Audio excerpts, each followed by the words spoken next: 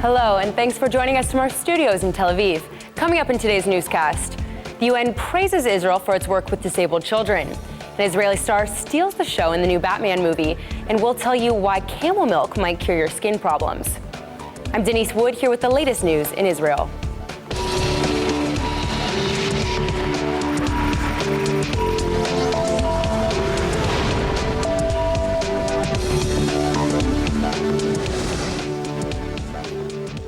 The Israeli High Court has made a historical ruling, canceling a deal to extract natural gas from Israel's offshore gas fields.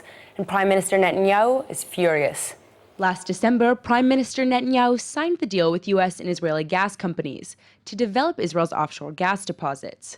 But the High Court is calling the plan unconstitutional because of its stability clause, which prevents the government or Knesset from changing the plan for 10 years. The court has now given the state a period of 1 year to fix problematic aspects of the deal. If the deal isn't worked out within that period, the entire plan will be canceled. The decision is a blow to the Israeli Prime Minister, who's a strong advocate of the deal and even testified at the High Court in its favor. Netanyahu says that the ruling seriously threatens the development of Israel's gas reserves, and that the public will suffer by paying high gas prices while also losing billions of dollars in revenue. American energy giant Noble Energy has control of the majority of the Leviathan gas field. And Noble CEO David Stover says the court's ruling is disappointing and threatens Israel's investment culture. Stover is calling on the Israeli government to find a quick solution to the framework, and says if it doesn't, it could threaten the timing of the Leviathan project. The United Nations has nominated a Canadian professor to examine Palestinian human rights in the Middle East, even though he's known to be really biased against Israel. Now, Canada is calling on the UN to reconsider, and you'll want to hear why. Canada's Foreign Affairs Minister, Stéphane Dion, is asking the UN to reconsider its controversial nomination of Michael Lynk to the UN Human Rights Council. If Lynk gets the position, he would specifically be assigned to report on Palestinian human rights, even though he has a known bias against Israel.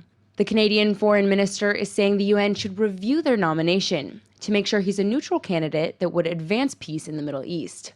Dion even put out a statement saying Link's opinions don't correctly represent the Canadian government, and that Canada didn't nominate Link for the position. Canada's Conservative Party is also saying that Link should be disqualified from the position because of past statements he's made against Israel. Jewish groups in Canada also claim Link has a long history of working against Israel, including signing petitions against Israel, accusing Israel of ethnic cleansing, serving as the leader of a group that supports Israel Apartheid Week, and calling for Israel to be prosecuted for war crimes. The United Nations and Israel have a notoriously tense relationship, but now it looks like the UN is turning to a leading Israeli facility to help out children with disabilities.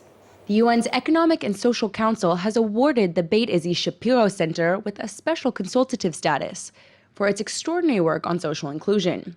You might remember BetaZ Shapiro from an ILTV interview we did last month, where we learned about the organization's extremely innovative ways of helping children with disabilities feel more socially included. One of its leading innovations is Friendship Park, Israel's first inclusive and accessible playground for children with and without disabilities. The unique park has served as a model for similar projects worldwide. And now the UN wants to honor BetaZ Shapiro for its creativity. The center's Global Resources Director, Benji Meo, was invited to address a special UN conference on World Down Syndrome Day, and he told the gathering that BetaZ Shapiro is fighting to give a voice to people with intellectual disabilities. The organization provides daycare and therapeutic and educational programs for children and adults with developmental disabilities, and it even provides support services for their families. We talk a lot about how Israel's a leader in technology, including medical technology. What you might not know is that Israel is also one of the world's leaders in the field of dental implants. But for the elderly or those who have degenerative bone diseases, sometimes implants aren't an option.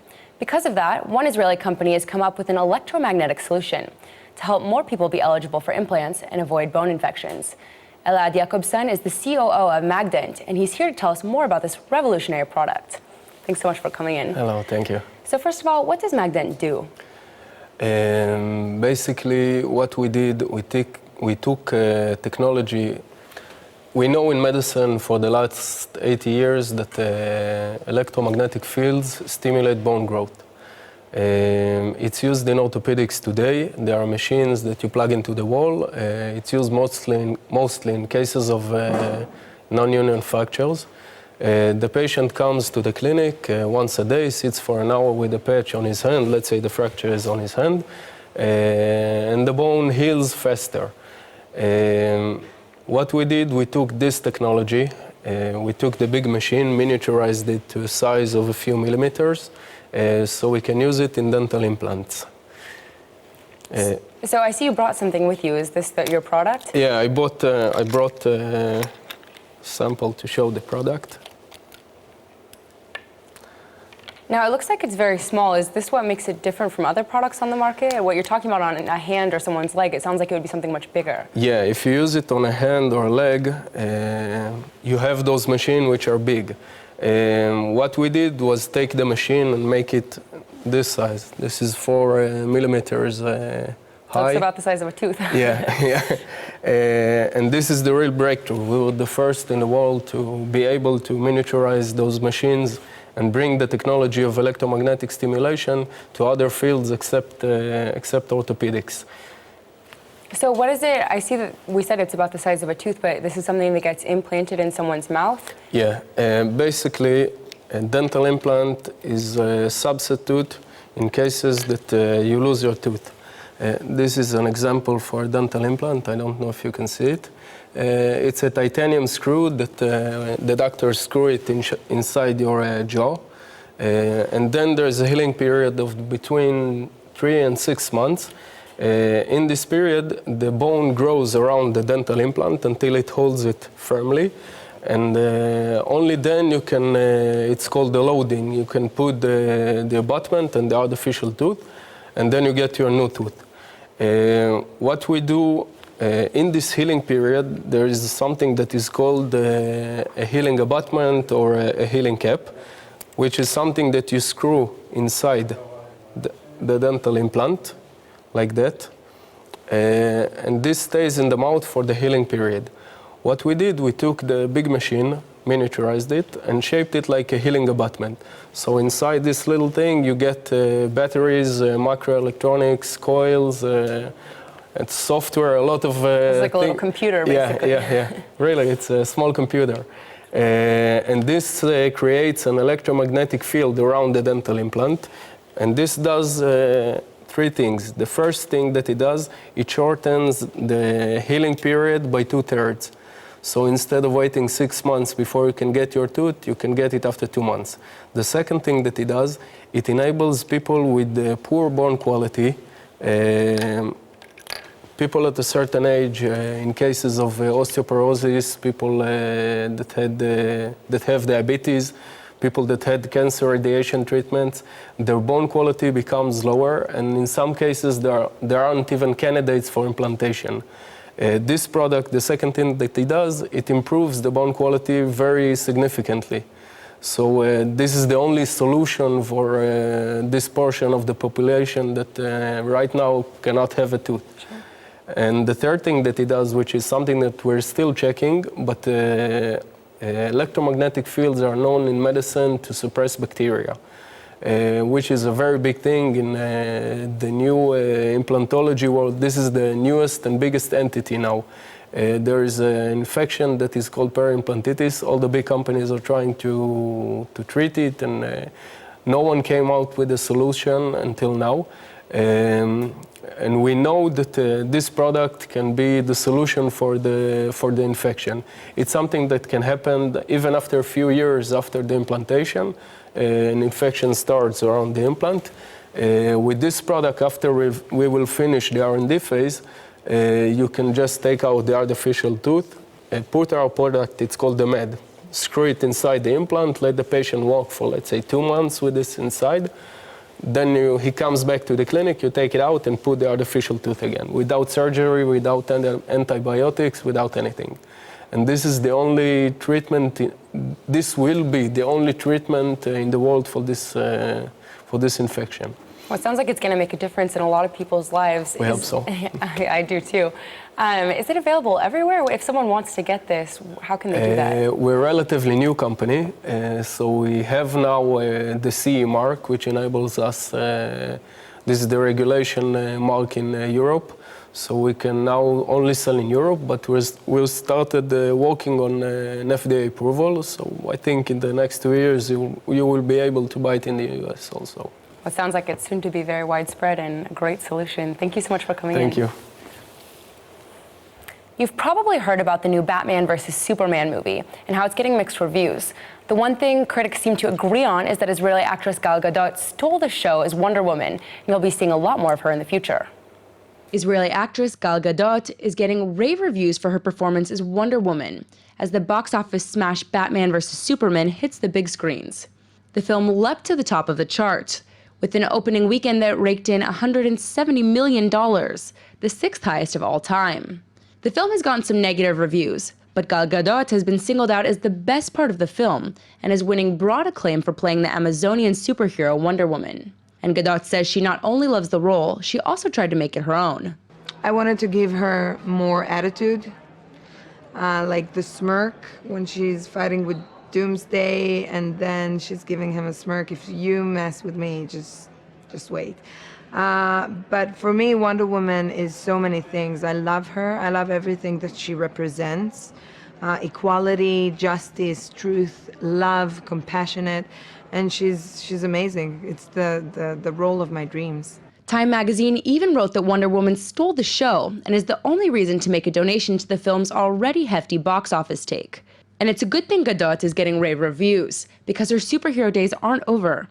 Batman vs. Superman was just the introduction for Gadot, who will star in a standalone movie about Wonder Woman. In the standalone movie, Wonder Woman is more, it's basically, the story deals with Diana becoming Wonder Woman. So she starts very pure, very naive, this young idealist who doesn't really understand the complexities of life. And in Batman vs. Superman, 100 years later, she's been around, she's much more experienced, she's sassy, she has her own attitude. This story, we're being more loyal to the original story. She came from Themyscira. You're gonna hear all about the history of her in the standalone movie. In Batman vs. Superman, she's been around, she's very experienced, she's darker, she's sassy, she understands a lot about mankind.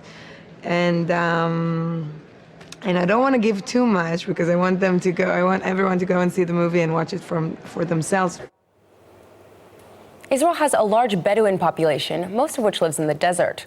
You probably know Israel is called the land of milk and honey, and some of Israel's Bedouin women are literally turning milk into gold. Miriam Abu Akik is an Israeli Arab woman of Bedouin descent, and she's using her family's ancestral beauty secrets to create a thriving cosmetics business. The catch? Abu Akik's business is called Desert Daughter, and all of its products are based on camel milk. It might sound strange, but she says camel milk is actually a cosmetic miracle worker.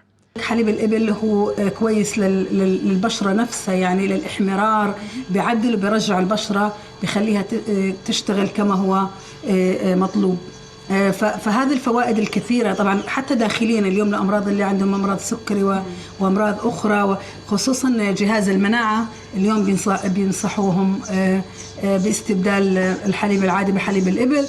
All of her company's products use camel milk, along with other natural ingredients like desert melon, black cumin, and bitter apple. Most of the herbs used in the products come from Abu Akik's Bedouin village, Tel Sheva. But it turns out she had to leave home to realize how valuable the products were. Abu Akik studied marketing in London and admired all the fancy cosmetics brands she saw there.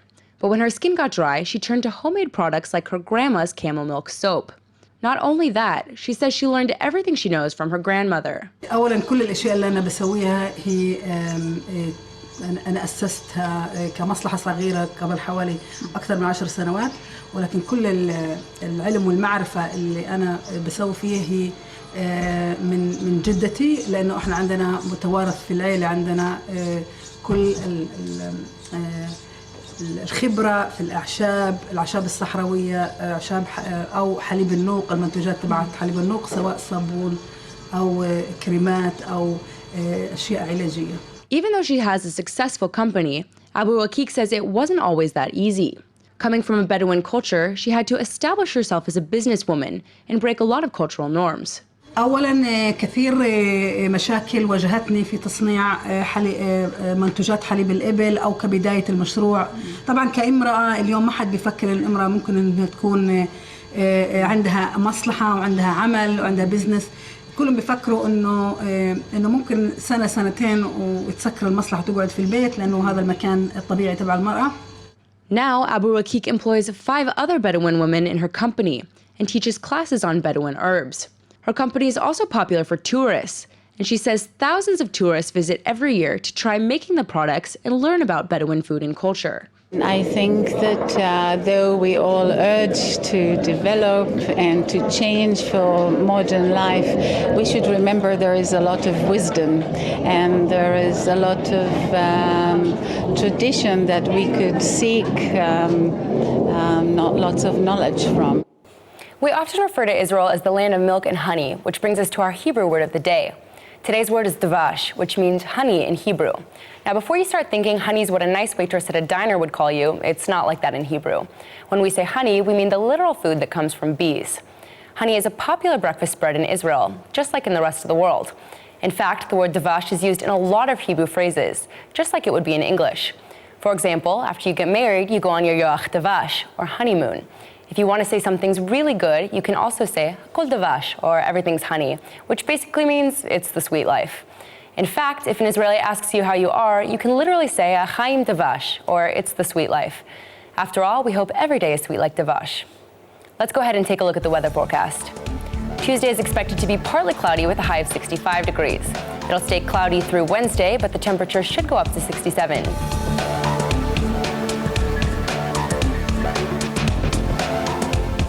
All right, everybody, that's it for today's news. Today's exchange rate is 3.84 shekels to the American dollar. Remember to sign up for our daily newsletter at iltv.tv, and don't forget to check out our evening update every night at 8 p.m. Eastern Time. Thanks for watching, and see you tonight.